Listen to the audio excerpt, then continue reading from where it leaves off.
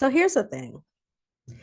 Over the last 2 days, we have gotten this concept of what it means to truly share your testimony unapologetically, confidently, boldly.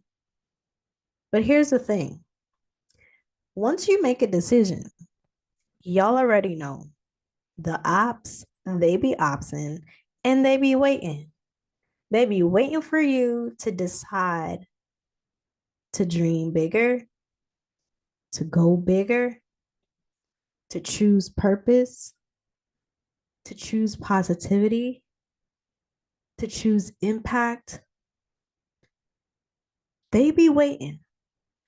And so there's no difference in the moment when you make a decision to choose impact through sharing your testimony.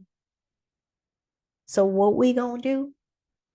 We gonna get ready and we gonna stay ready so that when the ops come, we don't gotta get ready.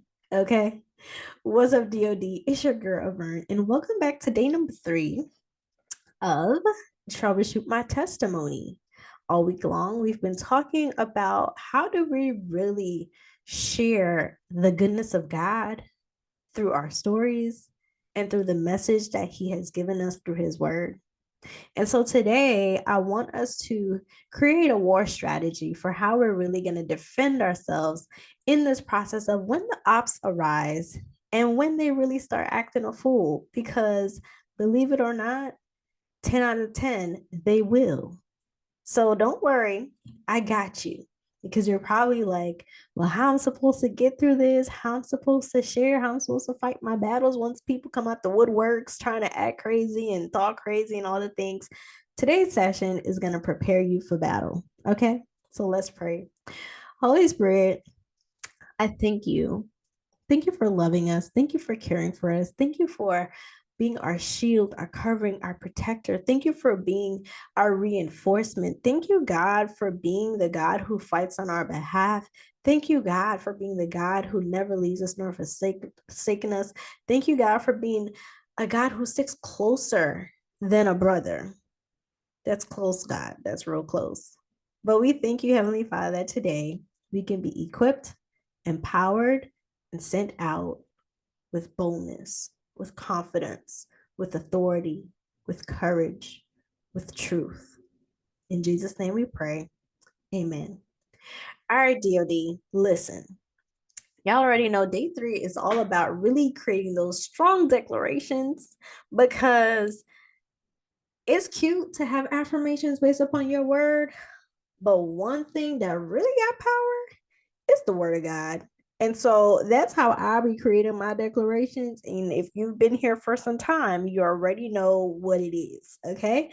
So the first declaration that we are going to establish in this process of building a fearless and dominant mindset to share our testimony is number 1. I do not need man's approval to share my testimony about God's goodness. Point blank, period. Yes, I said it, and you need to say it too. When those thoughts of what about what people gonna say come up, I do not need man's approval to share my testimony about God's goodness.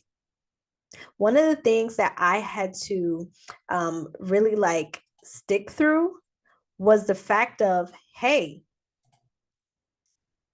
did God forgive me for this? Did God create me? Or is it that my fate is in the hands of man? And we already know that the latter part, it ain't it. So yeah, I don't need man's approval to share my testimony about God's goodness.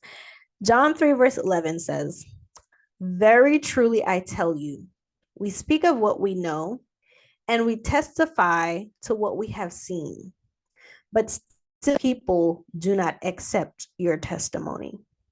So here's what he's saying. He's saying, listen, you speak of what you've experienced, you talk about what you've seen, but yet you don't include God in your storytelling. Yet you don't fuse your story with the message of God. Yet, you're in this situation where like, hello, how do we really bring this all together? How do I really accept that this is what God has done for me?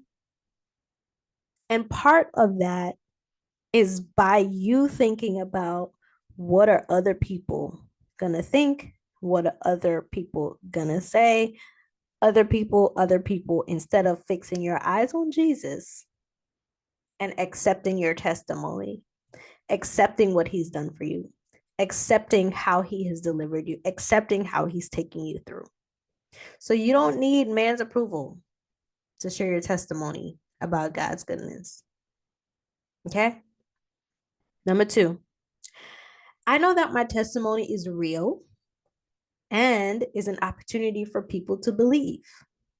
I know that my testimony is real and is an opportunity for people to believe. John 19, verse 35 says, "The man who saw it has given testimony, and his testimony is true. He knows that he tells the truth, and he testifies so that you also may believe." I know that my testimony is real and is an opportunity for people to believe. And when you understand that this is the moment of giving God a 5-star testimonial review, because really he deserves like infinity stars, but you really get a picture of the fact that, hey, I saw and I gave my testimony. And what I've been through, coupled with the message, it's true. And because you know that it's true and you tell the truth, when you speak about it, people will believe. So you don't need to worry about like, oh, are people gonna believe me? Like, what are people gonna say? Da, da, da. The people who you're supposed to talk to, the people who need your message, the people who God has ordained for you, they're gonna believe. They are. Number 3, my life is a living example of what God can do. If you believe that your life is a waste, if you believe that there's nothing good that comes out of you, if you believe that you're too far gone, if you believe that you're too messed up, you will believe. You will get what you believe. But if you declare that my life is a living example of what God can do, it says, you know what? According to Luke 24, verse 28, it says, you are a witness of these things. These things also include the things that God has done for you through your story. And a witness is somebody who tells what they've seen, what they've endured, what they've experienced. And so God has called you to be a witness of the things of your life and of the things of your knowledge. And so when you say my life is a living example of what God can do, God has commissioned us to be living witnesses of his goodness. So, hey, you can either see the glass half full or half empty, but it's totally up to you. But today, I invite you to see the glass half full. Number 4, I would share my testimony before high-ranking people and those who don't believe in Christ. If you recognize, as we've been going through these declarations, they've kind of like been building in momentum. We went from I don't care about man's approval to my testimony is an opportunity for people to believe, to I'm a living example of what God can do, to he's about to take me before kings. Because what happens is, as we build in our momentum and our confidence of sharing our testimony, our boldness builds. When you see people who boldly profess Christ and who get on Instagram, or who will, like myself, are getting on YouTube and really like speaking boldly, it's not because I woke up like this. No, didn't wake up like this at all. It's because we took one step into another, into another, into another, and then now we're here. Okay. We went through the same process, doubts, fears, insecurities, all the things, but you got to keep on pressing. So this declaration says, I share my testimony before high-ranking people and those who don't believe in Christ. God, when he says go into all the world and preach the gospel, he didn't say go into all the churches. He didn't say go into all the Christians. He said go to all the world, which means those secular places. And God is also mandating you to go before people of power who you might feel you are not worthy of standing in front of, but clearly God sees that you are worthy, because here, Matthew 10, verse 18 says, on my account, you will be brought before governors and kings as a witness to them and to the Gentiles. On God's account, on God's timeline, he will bring you before powerful people to speak about the testimony of your life and to the people who are not saved. That's who the Gentiles are. It's not about you. It's about who's attached to you. It's about who God has commissioned to be a part of your assignment.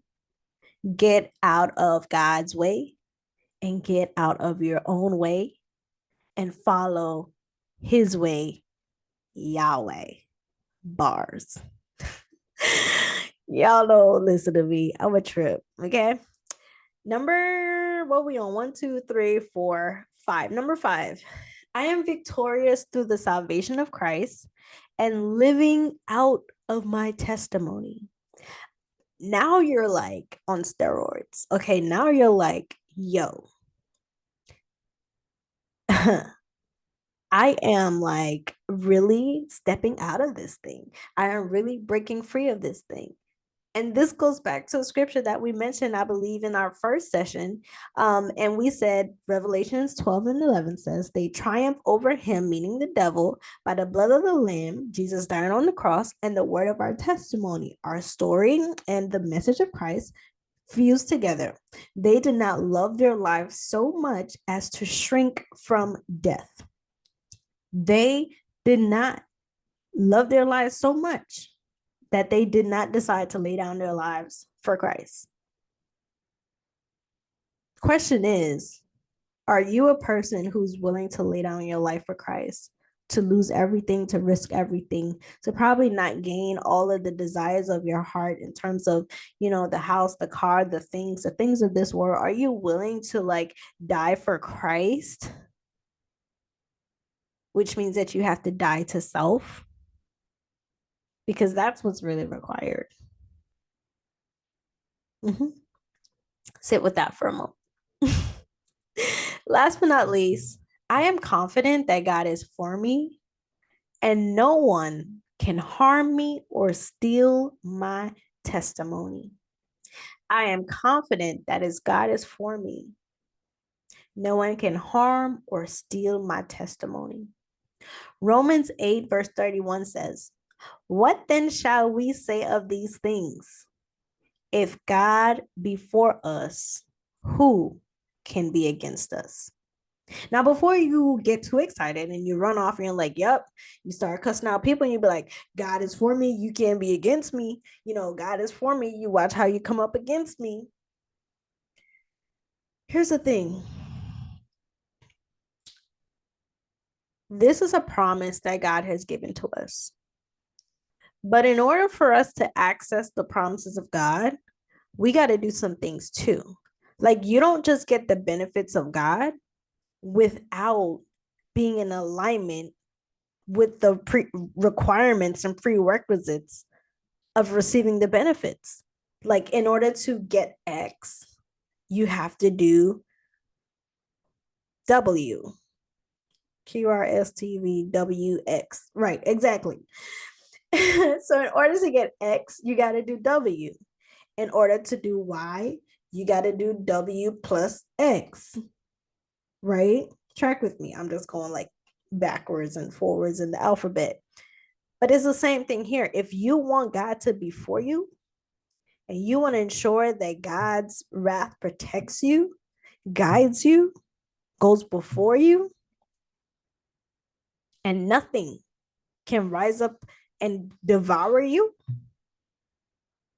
you got to ensure that you're willing to really give up your life for what you think your life should be and live for God in the way that He has designed it to be. So let's get into this practical action. Number one, I want you to pick one promise from God that you will commit to heart based upon your desire to accept your story and share your testimony. Number two, y'all already know, we're going to go to the Blue Letter Bible app. I don't know if it's going to allow me on my computer screen to show you, but this is the Blue Letter Bible app. Okay. I don't know, you're going to see it, but the link is in the description box below. So definitely check that out. And when you go to the Blue Letter Bible app, you're going to click on Concordance, Strong's Concordance. It's one of the tabs at the top. And what will happen is every time that you click on a scripture verse, it will give you an option to click concordance, and then each of the words will come up in Hebrew or Greek, and you can click on those words to kind of see exactly how it's translated in Hebrew and the Greek. Okay. Then we're going to look at a strong declaration. We're going to create a strong declaration based on our belief of the promises of sharing our testimony and standing in the power of it. So just like how we created these declarations, I created them.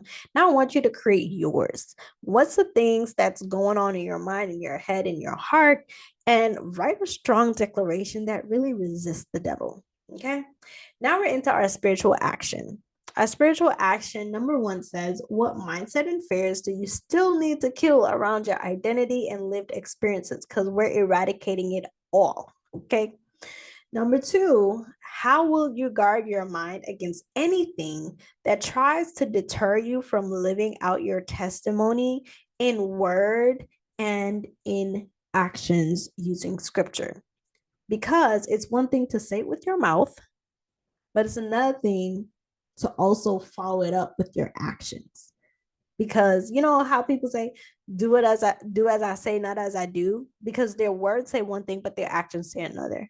But in this essence, we need your words and your actions to be in the same direction, in alignment. Okay.